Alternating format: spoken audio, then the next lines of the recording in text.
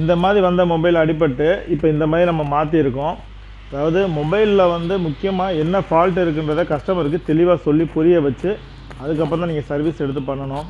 ஃப்ரேம்லாம் மாற்றாமல் அப்படியே பழைய ஃப்ரேம்லேயே ஏற்றிடலாம்னு நினச்சிட்டு நீங்கள் ரேட்டு குறைச்சி பண்ணி கொடுத்தீங்கன்னா கஸ்டமருக்கு வந்து கைக்கு நிற்காது. ஸோ ஃப்ரேம் மாற்றணும்னா கண்டிப்பாக ஃப்ரேம் மாற்றி கொடுங்க. டிஸ்பிளே வந்து ஃபிட்டிங்கில் என்ன ரேட்டு கம்மியாக கேட்குறாங்களோ அப்படி போட்டு கொடுத்தா போதும்னு நினச்சி பண்ணாதீங்க. ஏன்னா உங்களுக்கு லாபத்தை விட அவங்களுக்கு பொருள் முக்கியம். இப்போ நாளைப்பின்னா அவங்க வேறு இடத்துல போய் மொபைல் இப்படி ஆகிப்போச்சு அப்படின்னு நிற்கக்கூடாது. அதனால் ஸோ இந்த மாதிரியான கம்ப்ளைண்ட் வந்தது அப்படின்னா ஃப்ரேமை கண்டிப்பாக மாற்றிடுங்க. ரியல்மி மொபைல் ஃபுல்லாக டேமேஜு. இதோட சென்டர் ஃப்ரேமும் டேமேஜு. மொபைல் பார்க்கும்போதே தெரியும் ஒரு பெண்டு இருக்கும். மொபைலே வந்து வளைஞ்ச மாதிரி தான் இருக்கும். இந்த மாதிரியான மொபைல்களை நீங்கள் சரி பண்ண நினைக்கும் போது டிஸ்பிளே மட்டும் மாற்றினா பத்தாது.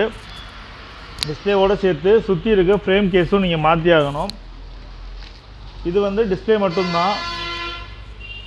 இதை மட்டும் சப்போஸ் நீங்கள் மாற்றினீங்கன்னா இந்த ஃப்ரேம் பெண்டு இருக்கிறதுனால இந்த டிஸ்பிளேவும் டேமேஜ் ஆகிறதுக்கான வாய்ப்பு நிறையா இருக்குது.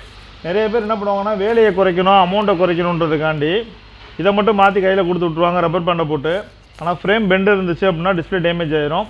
அதனால் மேக்ஸிமம் டிஸ்பிளே மாற்றும் போது ஃபோன் வளைஞ்ச மாதிரி தெரிஞ்சதுன்னா அதோடைய சென்ட்ரு கேஸையும் முக்கியமாக நீங்கள் மாற்றி ஆகணும். சென்ட்ரு கேஸ் மாற்றுறதுல கொஞ்சம் வேலை அதிகமாக இருக்கும். பட் நம்ம அப்படி செட்டாக மாற்றுறது தான் நல்லது. இதான் அதோட ஃப்ரேமு. இந்த ஃப்ரேம் நீங்கள் மாற்றாமல் பழைய டேமேஜான ஃப்ரேம்லேயே ஏற்றிருந்தீங்கன்னா சீக்கிரமே நீங்கள் மாற்றின டிஸ்பிளேவும் போயிடும். அதனால் செட்டாக மாற்றுறது எவ்வளோ பெஸ்ட்டு. சென்ட்ரு ஃப்ரேம்ன்றது இந்த அலுமினியம் தான். இந்த அலுமினியம் தான் இதோட ஃப்ரேம் செட்டு.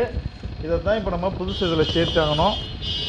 இப்போ பார்த்தாலே தெரியும் இதில் இருக்க எல்லாத்தையுமே, அதாவது ரிங் பஸர், அதுக்கப்புறம் பேட்டரி, கீழே வர ஸ்ட்ரிப்பு, அதுக்கப்புறம் டிஸ்பிளே, அதுக்கப்புறம் மதர் போர்டு, பேக் டோரு, இது எல்லாத்தையுமே வந்து நம்ம சென்ட்ரு கேஸில் ஏற்றிட்டோம் அப்படின்னா புது ஃபோன் மாதிரி மாறிடும். பேக் டோர் மட்டும்தான் பழைய டோர் வரணும். மீதி எல்லாத்தையுமே செட்டாக மாற்றிட்டிங்கன்னா டிஸ்பிளே வந்து ஃபிட்டிங் உட்காந்துக்கணும் நல்லா.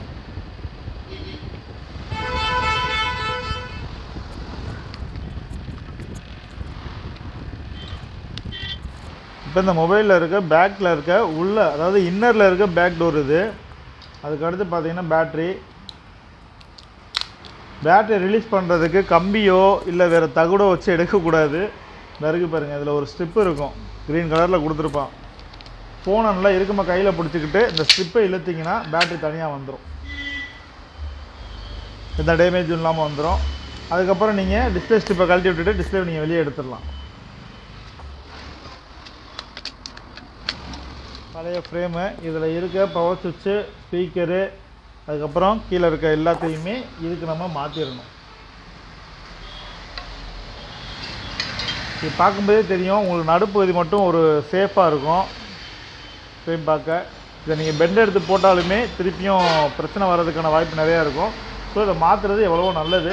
அதுக்கடுத்து பார்த்தீங்கன்னா இப்போ இதில் வந்து ஃபிட் பண்ணணும் எல்லாத்தையுமே, ஏர் ஸ்பீக்கர் எல்லாத்தையுமே இதில் ஃபிட் பண்ணதுக்கப்புறம் தான் நம்ம டிஸ்பிளே சேஞ்ச் பண்ணணும்.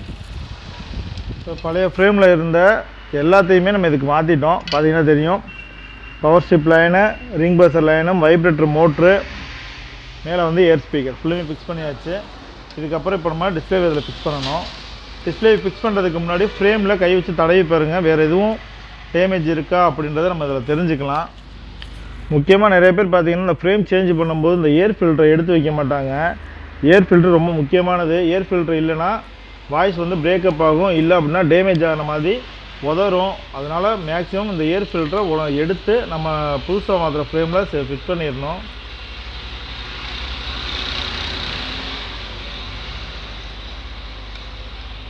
இந்த இருக்குது பாருங்கள், இதான் அந்த ஏர் ஃபில்ட்ரு.